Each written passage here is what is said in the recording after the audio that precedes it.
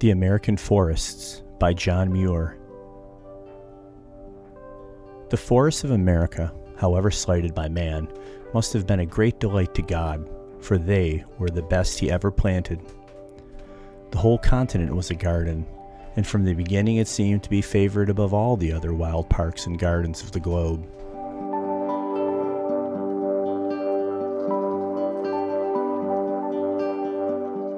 These forests were composed of about 500 species of trees, all of them in some way useful to man, ranging in size from 25 feet in height and less than a foot in diameter at the ground to 400 feet in height and more than 20 feet in diameter.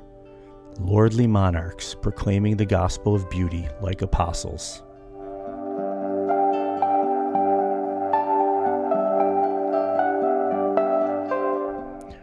With such variety, harmony, and triumphant exuberance, even nature, it would seem, might have rested content with the forests of North America and planted no more.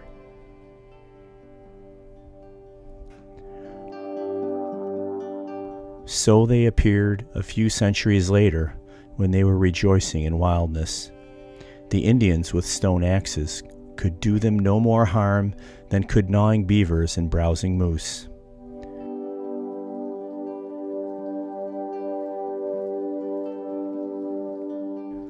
Even the fires of the Indians and the fierce shattering lightning seemed to work together only for good in clearing spots here and there for smooth garden prairies and openings for sunflowers seeking the light.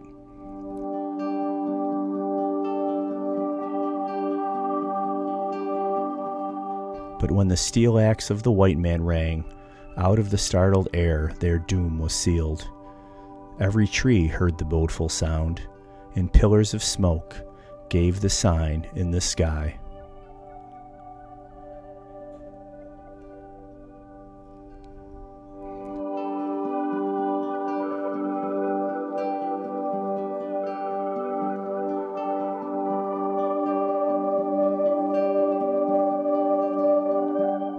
Many of nature's 500 kinds of wild trees had to make way for orchards and cornfields.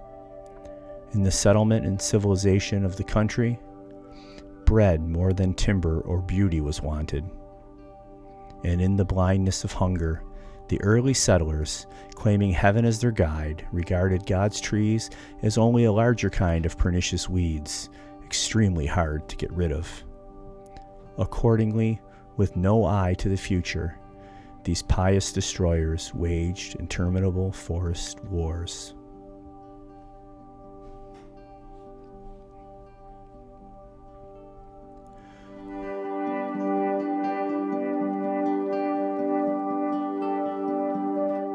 Every other civilized nation in the world has been compelled to care for its forests, and so must we if waste and destruction are not to go on to the bitter end. So far our government has done nothing effective with its forests, though the best in the world. But it is like a rich and foolish spendthrift who has inherited a magnificent estate in perfect order, and then has left his rich fields and meadows, forests and parks to be sold and plundered and wasted at will, depending on their inexhaustible abundance.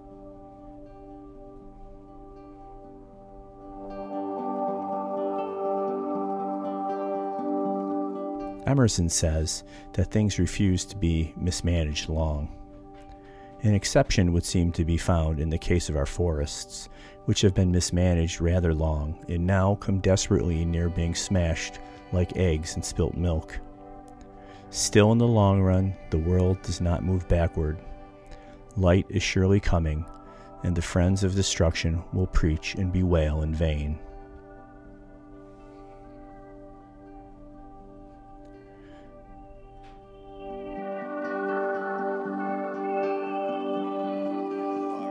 Any fool can destroy trees. They cannot run away, and if they could, they would be still destroyed, chased and hunted down as long as fun or a dollar could be got out of their bark hides, branching horns, or magnificent bull backbones.